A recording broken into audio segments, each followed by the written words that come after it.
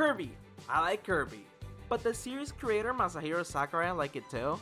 I mean, he created Kirby. So why do people go as far as to say that he hates it? He just made Kirby Air Riders, which looks like a friggin' passion project. Like, this game is packed.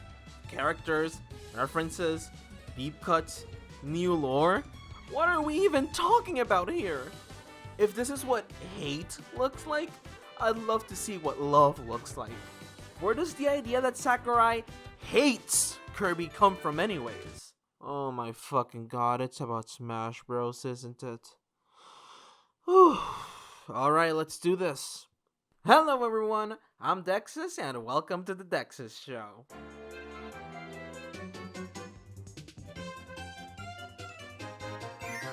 Super Smash Bros. Is known for its loving, passionate, and extremely accurate treatment of every franchise it includes. Just kidding! Smash Bros. Condenses a series into only a portion of what it is. And I mean, can you blame it? It's trying to juggle so many franchises and characters into one place. It's bound to inaccurately represent some of them. Take Fire Emblem for example. Despite having a full roster of sword fighters in Smash, the series itself portrays a vast amount of weaponry. However, thanks to its representation in Smash, most people tend to think that it's just sword fighters when thinking of the franchise. This is because, for lesser-known franchises, Smash acts as a first impression of sorts for its millions of players. Luckily, Kirby doesn't suffer the same fate as Fire Emblem, right? After all, Sakurai, the creator of Smash Bros., also created Kirby, so that franchise isn't bound to have any similar misconceptions. Right? Wrong! While Sakurai created Kirby, he hasn't directed a mainline Kirby game since 1996's Kirby Superstar, leaving HAL Laboratory entirely in 2003 after his fourth and final Kirby game, Kirby Air Riders. In that time, the series kept growing, spanning multiple eras. Made side by side to Sakurai in the classic era was the Dark Matter trilogy, directed by the mysterious Shinichi Shimomura, which then got followed by the early 2000s era, starting with Sakurai's final Kirby game, Air Ride, and ended by the modern era with Shinya Kumasaki, who would then co-direct and start the new era with Tatsuya Kamiyama. By the time Super Smash Bros. Ultimate released, Kirby had over 30 games behind it. And yet, Smash Bros. Consistently pulled from the same 4, with only 6 substantial references to the rest. Let me show you what I mean. Super Smash Bros. Brawl, released in 2008, was the final Smash game developed by HAL Laboratory. With it came a lot of good representation. King Dedede and Meta Knight became playable, completing the core cast of Kirby at the time. The Halberd arrived at his stage alongside the two, and each Kirby game had at least one remix each. Smash Bros. For Wii U and 3DS released in 2014, as the first Smash game developed by Bandai Namco instead of HAL. In the 7 years between Brawl and Smash 4, Kirby entered the modern era, and was currently going through half of it. Era where Bandana Waddle Dee had become a mainstay of the franchise. And yet, he didn't make it into the roster. But that didn't stop Kirby from getting new content in the games, with new stages from the original Kirby's Dream Land and Kirby Superstar, accompanied by new remixes overwhelmingly belonging to Sakurai's games. At least Kirby got a cool final smash based off the Ultra Sword from Kirby's Return to Dreamland, totaling to a single reference to a non-Sakurai game. This planted a suspicion of a bias in favor of Sakurai's Kirby games in Smash Bros. Over the rest. But there was no time to be hopeless. Return to Dreamland had just released 3 years prior to Smash 4, so there's a chance that Namco just didn't have the time to communicate with HAL and learn about Bandana Waddle Dee's introduction and mainstay status. Not that that matters anyways, as they now revealed the Super Smash Bros. Fighters Ballot, giving modern Kirby fans a chance to have a whole character to themselves. Luckily for them, while the full results for Nintendo's official poll were never revealed, Bandana Waddle Dee seemed to place pretty high in the poll, as fan-run polls consistently placed Bandana Waddle Dee among the top requested. And while the alleged winner of the ballot was Bayonetta, modern Kirby fans held on to the hope that at the very least, they have been heard, and that this series' representation would finally evolve and become more balanced in the next game. And then Super Smash Bros. Ultimate released in 2018, still developed by Bandai Namco.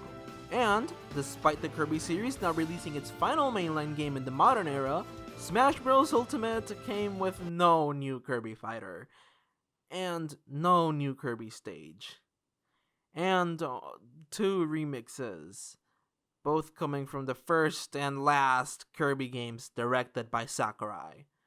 But at least Diddy's Final Smash is now also based off a non-Sakurai game, and Meta Knight's old Final Smash being retroactively added to a mainline Kirby game, only for this game to replace it for a new Final Smash, which could be a reference to Star Allies if you squint and make mental gymnastics, excusing all of its many differences and only looking at its similarities.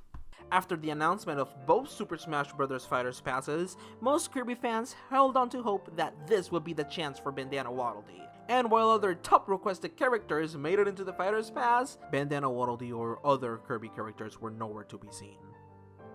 But hey, at least Marx is a boss in this game. You know, the boss fight from Kirby Superstar, another Sakurai Kirby game.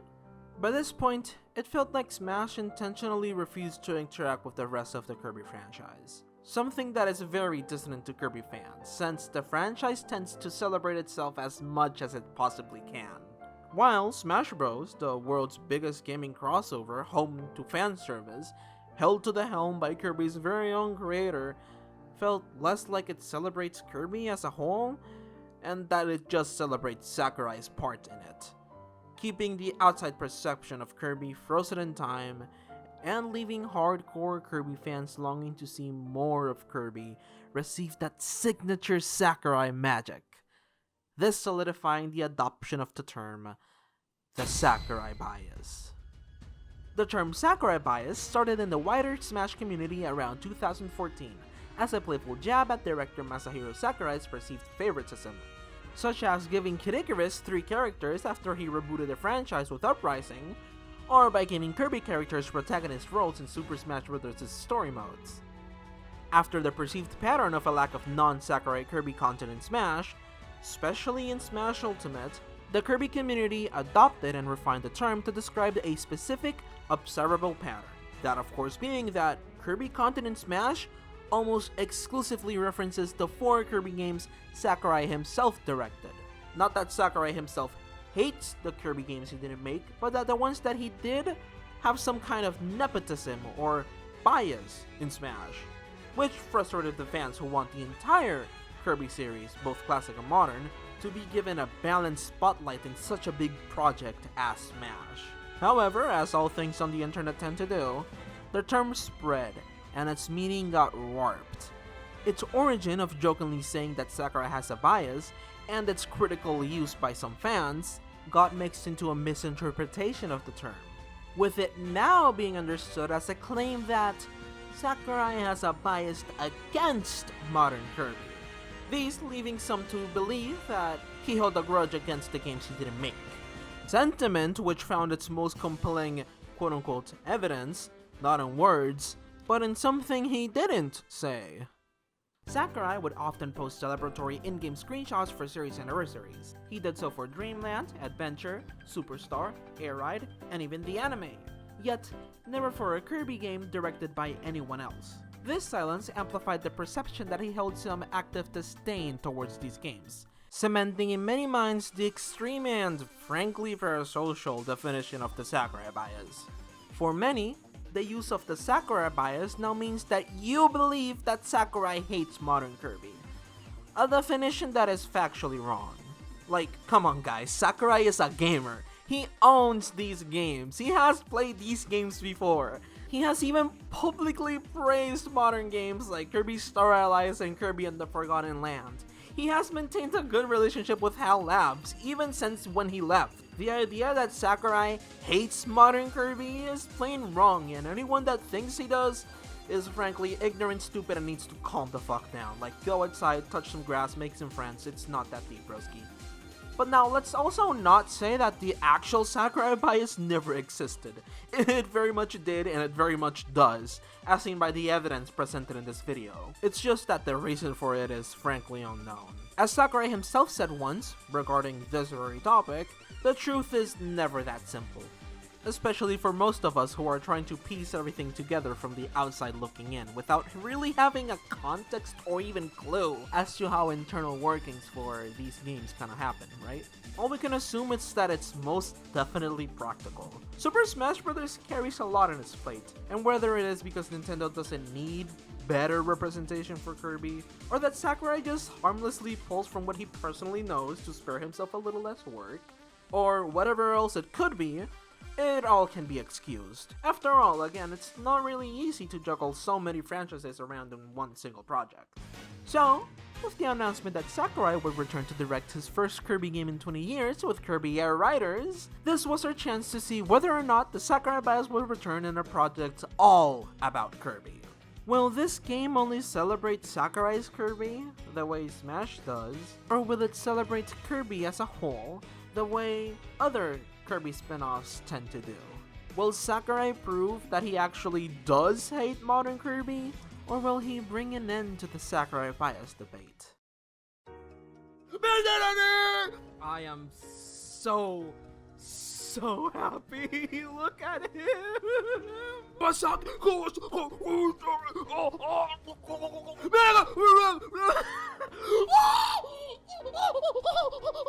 Sushi? Oh my god, drill? Missile? Nightmare? Oh my god.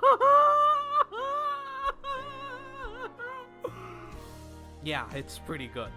Heck, it looks like he did it. He beat the allegations. The Sakurai Bias. It's over. Or is it? Allow me to be a little bit of an entitled perfectionist for a few minutes, will ya? Content in Kirby games can be split into categories. First is original content. This is anything and everything made for a new game. In this game, for example, we have the air ride courses, Sora, Noir DDD, the wearable hats, and so on. Second is staple content. This is your default Kirby stuff, such as Kirby, King Dedede, Meta Knight, Waddle Dee, Warp Star, and so on. Here's where a lot of the stuff from Dreamland Adventure and so on originates from, and these I will not be counting as stuff that reinforces a Sakurai Bias, as, well, it's just default Kirby stuff, right? And finally, we have referential material. This is the stuff that is brought back from a prior game that usually doesn't come back. These are your Magolors, Starmans, Galactic Novas, and so and so. For the purpose of this analysis, referential content is split into two. First off is Sakurai material. This is stuff that originated in one of the 4 Sakurai Kirby games, and also Smash Bros for this tally, and this material rarely ever seen in a game not made by him. Starman here is our example. Sure, he has been in Squeak Squad and Return to Dreamland, but that's about it for appearances for him. He is first and foremost a Sakurai character, who then sometimes makes a little return, which then leads us to, well, non-Sakurai material. That being, well, the opposite of Sakurai material. Stuff introduced in a non-Sakurai game and seen here and there ever since. For our example here, we have Magolor, making an appearance here and there. Not enough for him to be consistent, therefore not enough for him to be called a full-on staple Kirby character. So, crunching the numbers together, we get a grand total of 53 staple materials, 14 original creations, 61 non-Sakurai references, and 40 Sakurai references. Which looks really good for the argument that the Sakurai Bias is over. However, we gotta remember, these are 4 games versus 16 games. So when we average out the amount of games these references represent, void fucking termina, there's an average of 30 references for each of the 5 Sakurai games, with 4 references for each of the 16 non-Sakurai games. I'm sorry gang, facts don't care about your feelings. The game feels like it kills the Sakurai Bias, but the numbers don't lie. But compare those 61 non-Sakurai references to the previous 6 non-Sakurai references in Smash, and it makes you think. It's not as good as we have it in other Kirby spin-offs, but hey, that's pretty darn good. What do I mean that it's not as good as other Kirby games? Let's look at what other HAL-developed Kirby games tend to bring to the table in terms of self-celebration. Every modern Kirby game brings back enemies from previous Kirby games. Kirby Triple Deluxe pulls adventures from Adventure, Superstar, Dreamland 3, Kirby 64, Return to Dreamland. Fighters 2 does the same for Robobot, Triple Deluxe, Kirby Clash and Star Allies, while games like Battle Royale, Kirby Clash, Fighters 2, Dream Buffet, and Return to Dreamland Deluxe celebrate the franchise's entire history via wearable hats that reference every nook and cranny it can, from cosplaying enemies and bosses no matter what game. This to me is the HAL standard. A hodgepodge of new looks, reused assets, and a sprinkle of brand new assets of old characters, making everything look cohesive and just so full to the brim of fan service. And actually, Kirby Air Riders does this. Not to the extent of HAL, but hey, it's something, right? Like, roaming around the courses of Air Ride and in City Trials, you can spot classic yet uninteractable enemies and friends, sporting their models from Kirby Star Allies. Road trip cameos bring back characters from the past in really creative, playful, and fun ways. When encountering a rider boss, each character uses their own boss themes. Hell, even some unlock requirements are neat little references to whatever you're unlocking. However, there's one aspect that I just can't look over, no matter how hard I try. Kirby Star Allies introduced Dream Friends as a celebration of the entire franchise, spotlighting characters from almost every era and game. These being the very much beloved Rekkan and Ku, Marx, Gooey, Adeline and Ribbon, Dark Meta Knight, The Roach, Magalore, Taranza, Susie, the three Mage Sisters, and, after Merry Magoland, introducing him alongside the lineup, Elfilin. Kirby Air Riders includes almost all of them. Almost. Because somehow, 3 are missing. Those being Adeline and Ribbon, the three Mage Sisters, and Elfilin. Out of all of these omissions, Adeline and Ribbon hurts the most. They're beloved, they have a ton of merch, they have a legacy, and they have a unique design and an underrepresented gender in the roster. So, why aren't they here? Like, at all? Some point to Sakurai's old comments about the Kirby anime, as in how he didn't want humans playing a major role. And sure, Adeline is human, but to me that quote reads more about a desire to avoid a Kirby goes to the real world trope, not erasing the existence of humans entirely from the franchise, although it very much could be that, since Adeline has been absent from every other Sakurai project. However, their absence could maybe just be excused by gameplay. You know, Sakurai prioritizes mechanics over legacy, right?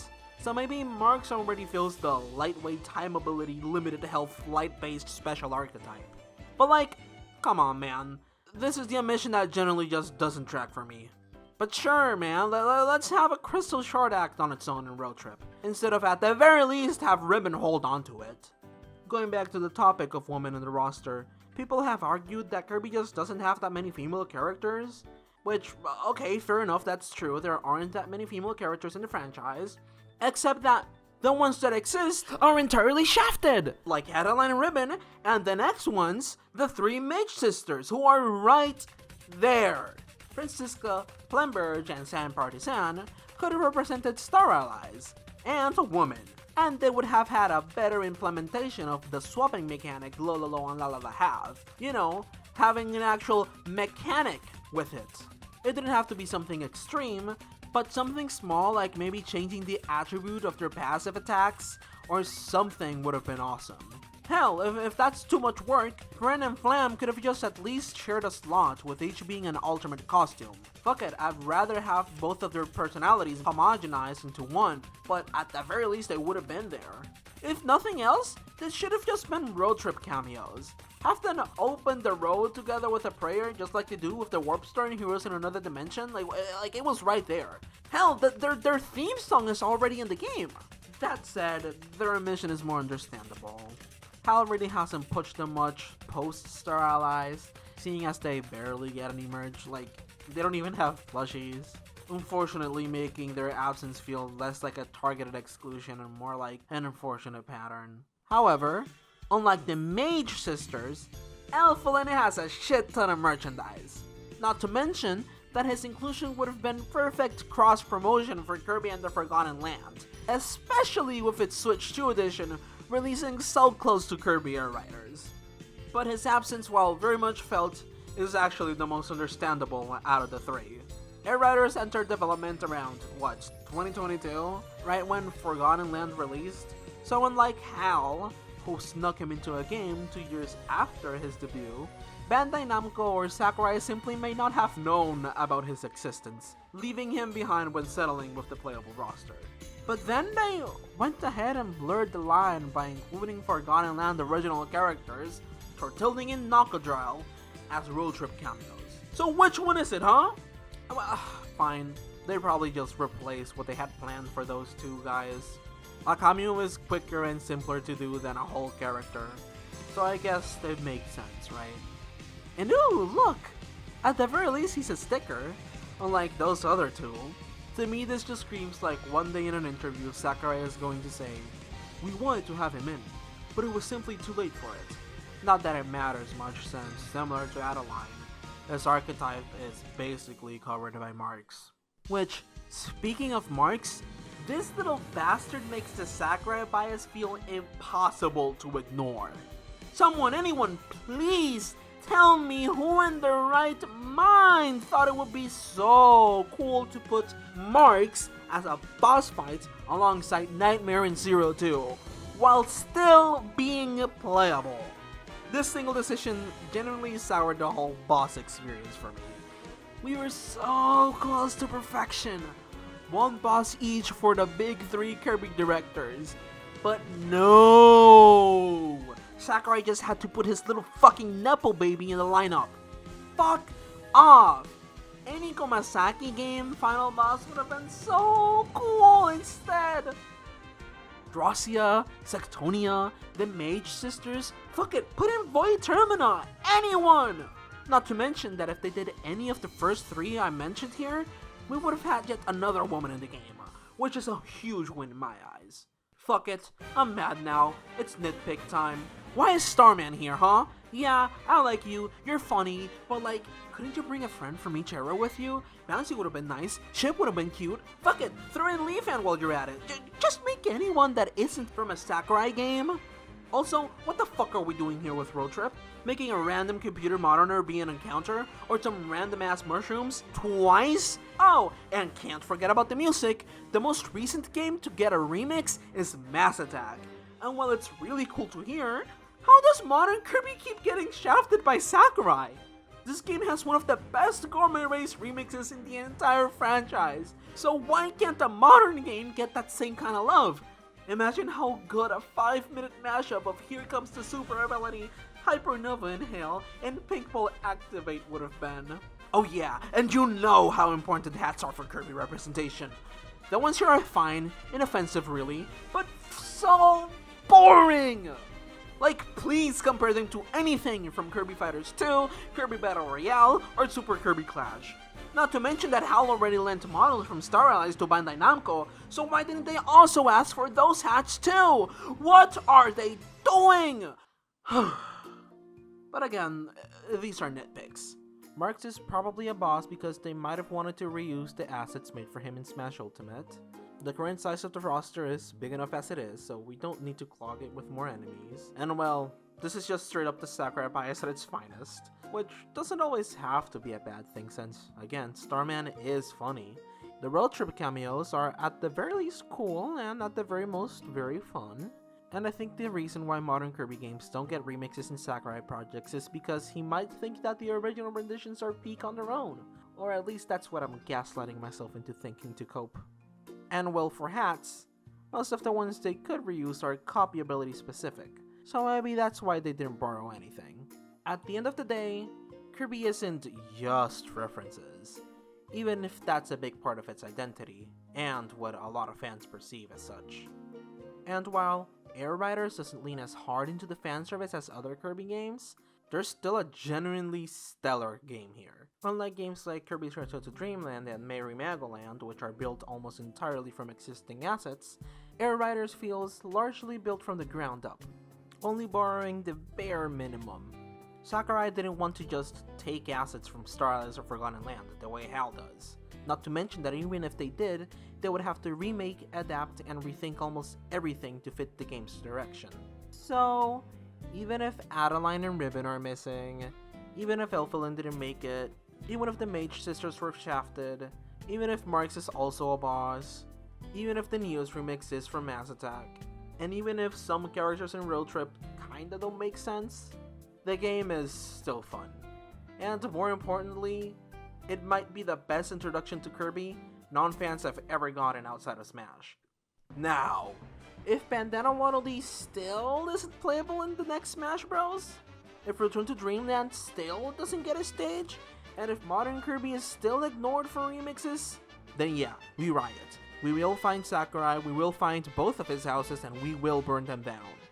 But based on this game, we're probably getting Skya as a stage, we're probably getting 6 Superstar remixes, 7 Air Riders tracks ported directly into the game, but at the very least, Bandana Waddle Dee will be playable, so all's well that ends well. Huge thanks to Craig Crab and Opal Kitsune for supporting me over at Patreon. And thank you for watching. Bye!